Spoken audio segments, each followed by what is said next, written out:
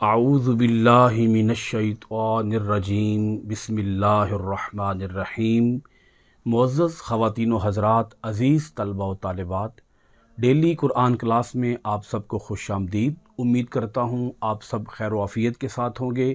آج ہم پڑھیں گے سورۃ المائدہ،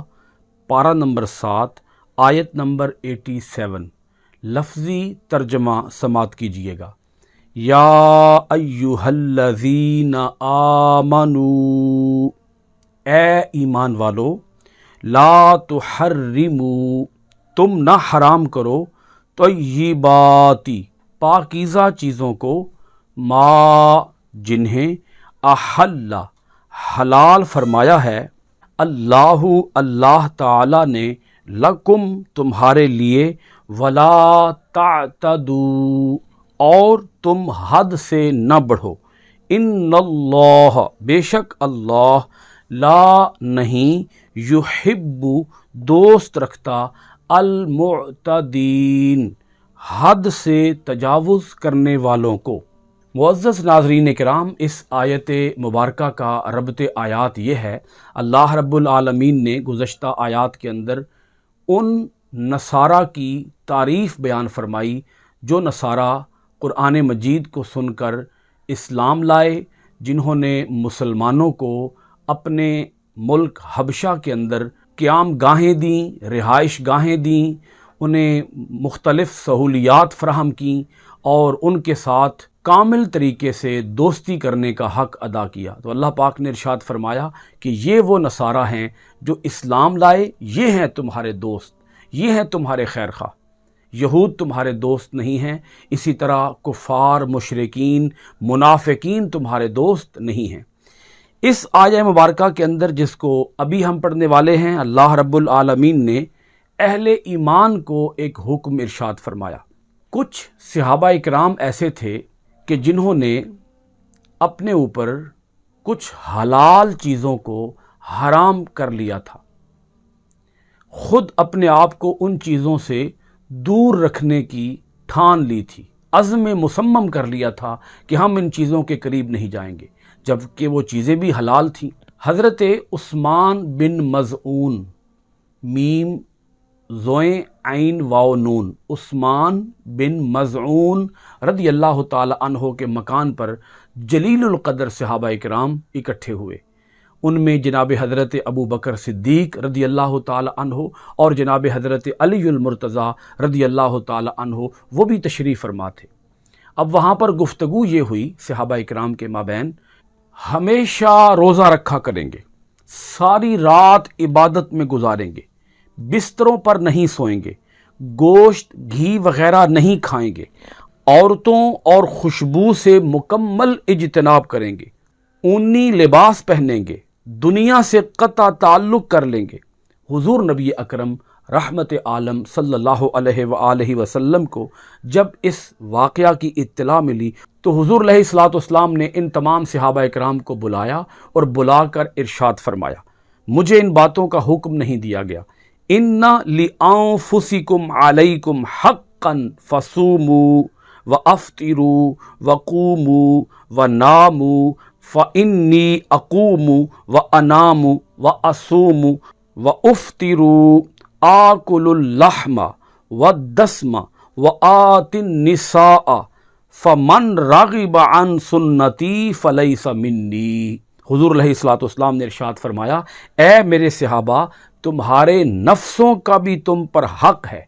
اس لیے روزے بھی رکھو، افطار بھی کرو، راتوں میں جاگ کر عبادت بھی کرو، آرام سے سو بھی، کیونکہ میں رات کو جاگتا بھی ہوں اور سوتا بھی ہوں، روزے بھی رکھتا ہوں اور افطار بھی کرتا ہوں، گوشت اور گھی بھی کھاتا ہوں اور اپنی ازواج سے مقاربت بھی کرتا ہوں۔ یہ میرا طریقہ کار اور سنت ہے، جس نے میری سنت سے منہ موڑا وہ میری جماعت سے نہیں ہے۔ اب اس آیت مبارکہ کو سنیے گا، اس کے ایک ایک جملے کو۔ اللہ پاک ارشاد فرماتا ہے، یا ایہا الذین آمنوا لا تحرموا طیبات ما احل اللہ لکم ولا تعتدوا، اے ایمان والو، تم اپنے اوپر وہ پاکیزہ چیزیں جنہیں اللہ نے تمہارے لیے حلال فرمایا ہے، تم انہیں حرام نہ کرو، اور حد سے نہ بڑھو۔ اس آیت مبارکہ کے اندر اللہ رب العالمین نے تمام اہل ایمان کو اعتدال اختیار کرنے کا، میانہ روی اختیار کرنے کا حکم ارشاد فرمایا کہ نہ تو یہودیوں کی طرح لذات دنیا کے اندر کھو جاؤ اور نہ مسیحی راہبوں کی طرح دنیا کی حلال لذتوں کو اپنے اوپر حرام کر لو۔ یہی دین اسلام کا ترہ امتیاز ہے۔ یہاں جو لفظ آیا ہے لا تحرموا، تم حرام نہ کرو، اس کا مطلب یہ ہے بعض اوقات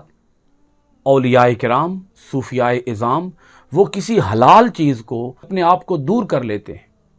کسی حلال چیز سے الگ ہو جاتے ہیں، اس کو استعمال میں نہیں لاتے، حالانکہ وہ چیز حلال ہوتی ہے، لیکن وہ اپنی نفس کشی کے لیے، وہ اپنی انانیت کو مارنے کے لیے، وہ اپنے نفس کی اصلاح کے لیے، وہ اپنے نفس کی گندگی کو دور کرنے کے لیے اس چیز سے وقتی طور پر دور ہوتے ہیں،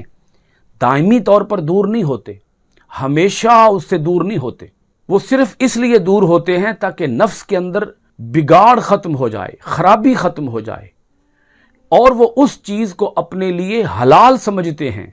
آپ ان دونوں پہلوؤں کو دیکھیں، ایک ہے کسی چیز کو چھوڑ دینا اور ایک ہے اس چیز کو حرام سمجھ کر چھوڑ دینا۔ ایک ہے کسی چیز کو چھوڑنا مگر اسے حلال جاننا، اور ایک یہ ہے کسی چیز کو چھوڑنا مگر اسے حرام جاننا۔ تو حرام جان کر کسی حلال چیز کو حرام جان کر چھوڑنا یہ تو گناہ ہے۔ بعض صورتوں میں یہ گمراہی ہے، بعض صورتوں میں یہ کفر تک بات چلی جائے گی، کیونکہ اللہ تعالیٰ کے حلال کو ہم حرام نہیں بنا سکتے، اسی طرح اللہ تعالیٰ کے حرام کو ہم حلال نہیں بنا سکتے۔ تو ہر حلال چیز کو ہمیں اپنے لیے حلال سمجھنا چاہیے، ہر حرام چیز کو اپنے لیے حرام سمجھنا چاہیے۔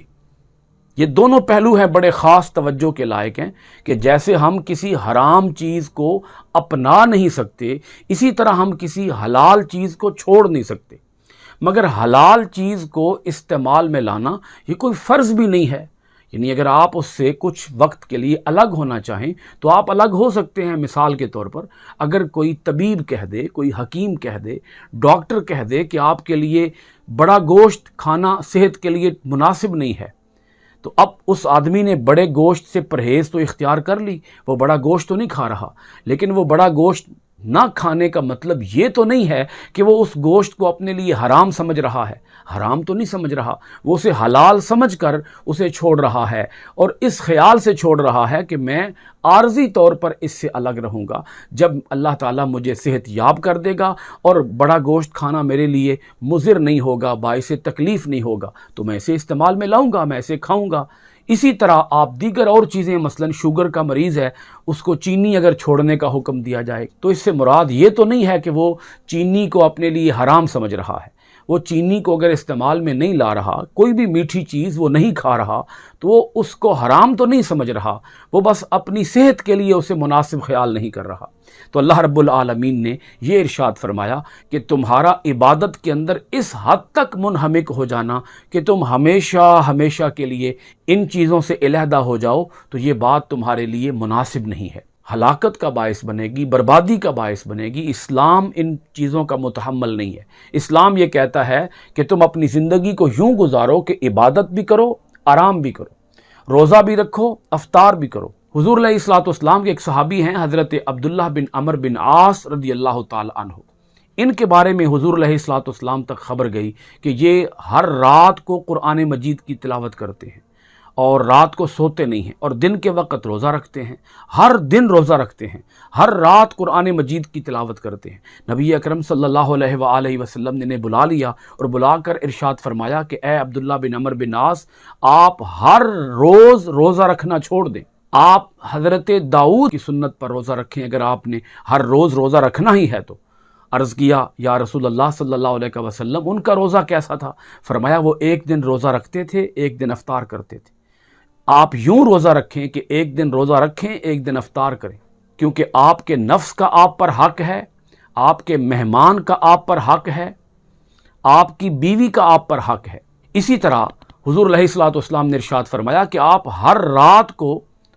کہ آپ پوری رات قرآن مجید کی تلاوت میں بسر نہ کریں، آپ ایسا کریں کہ 1 مہینے کے اندر قرآن مجید کی تلاوت مکمل کریں۔ عرض کیا حضور میں اس سے بھی زیادہ کی طاقت رکھتا ہوں۔ حضور علیہ الصلوۃ والسلام نے ارشاد فرمایا پھر ایسے کرو کہ تم 20 دن کے اندر قرآن مجید کی تلاوت مکمل کرو۔ عرض کیا حضور میں تو اس سے بھی زیادہ قرآن مجید کی تلاوت کی طاقت رکھتا ہوں۔ تو حضور علیہ الصلوۃ والسلام نے ارشاد فرمایا ایسے کرو 10 دن میں قرآن مجید کی تلاوت مکمل کرو۔ عرض کیا حضور میں تو اس سے بھی زیادہ قرآن مجید کی تلاوت کی طاقت رکھتا ہوں۔ تو حضور علیہ الصلوۃ والسلام نے ارشاد فرمایا پھر 7 دن کے اندر قرآن مجید کی تلاوت مکمل کرو۔ یہ ہے اسلام کا وہ ترائے امتیاز جو کسی دین کے اندر نہیں ہے۔ اسلام یہ نہیں کہتا کہ تم صرف دنیاوی لذتوں میں کھو جاؤ، یاد الہی سے غافل ہو جاؤ۔ اسلام یہ بھی نہیں کہتا۔ اسلام یہ بھی نہیں کہتا کہ تم عبادت کے اندر اس حد تک منہمک ہو جاؤ کہ تم اپنا آرام ہی چھوڑ دو،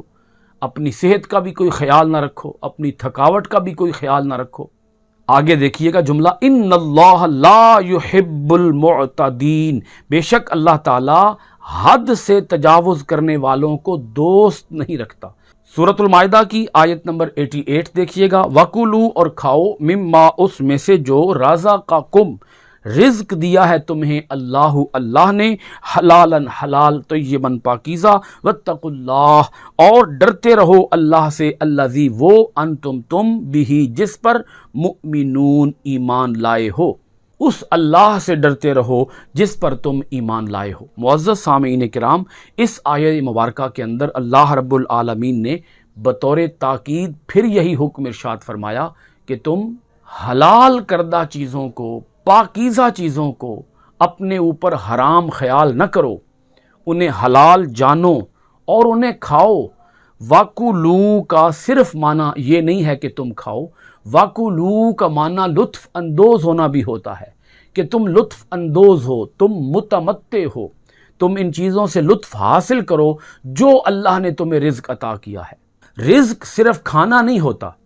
ہمارے پاس اللہ تعالیٰ کی جتنی نعمتیں ہیں وہ سب کی سب رزق ہیں۔ مثال کے طور پر انسان کے پاس مکان ہے، اچھا مکان ہے، اچھی گاڑی ہے، اچھی سواری ہے، اچھا بزنس ہے، اچھا کاروبار ہے،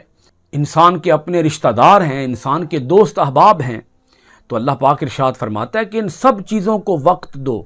ان سب چیزوں سے اپنے آپ کو انجوائے کرو،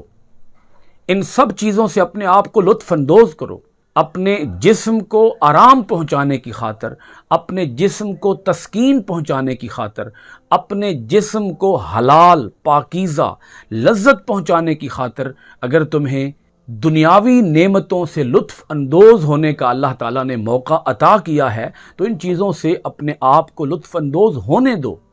اپنے آپ کو ان چیزوں سے علیحدہ نہ کرو، الگ نہ کرو اور اللہ سے ڈرتے رہو۔ اللہ تعالیٰ کی نعمتوں کو جب تم استعمال میں لا رہے ہو، اللہ تعالیٰ کی نعمتوں سے لطف اندوز ہو رہے ہو، تو اس وقت اس بات کا دھیان رہے کہ تمہارے دلوں کے اندر اللہ کا خوف، اللہ کا ڈر موجود رہے، یعنی دنیا کے اندر، دنیاوی نعمتوں کے اندر، دنیاوی لذتوں کے اندر اتنے بھی نہ کھو جاؤ کہ تمہیں اللہ کا ڈر ہی بھول جائے اور اس اللہ سے ڈرتے رہو جس پر تم ایمان لائے ہو۔ معزز سامعین کرام، آج کی کلاس اسی پر ختم کرتے ہیں، سورۃ المائدہ کی آیت نمبر 88 کے ساتھ انشاءاللہ العزیز۔ آئندہ ڈیلی قرآن کلاس میں آپ کے پاس حاضر ہوں گے سورۃ المائدہ کی آیت نمبر 89 کے ساتھ۔ اللہ رب العالمین ہم سب کو قرآن مجید فرقان حمید کی آیتوں کو غور و خوض کے ساتھ سمجھ کر پڑھنے، عمل پیرا ہونے، ان آیتوں کے پیغام کو دنیا بھر کے اندر عام کرنے کی توفیقات خیر عطا فرمائے۔ آپ سب حضرات کا بہت شکریہ۔ السلام علیکم ورحمۃ اللہ وبرکاتہ۔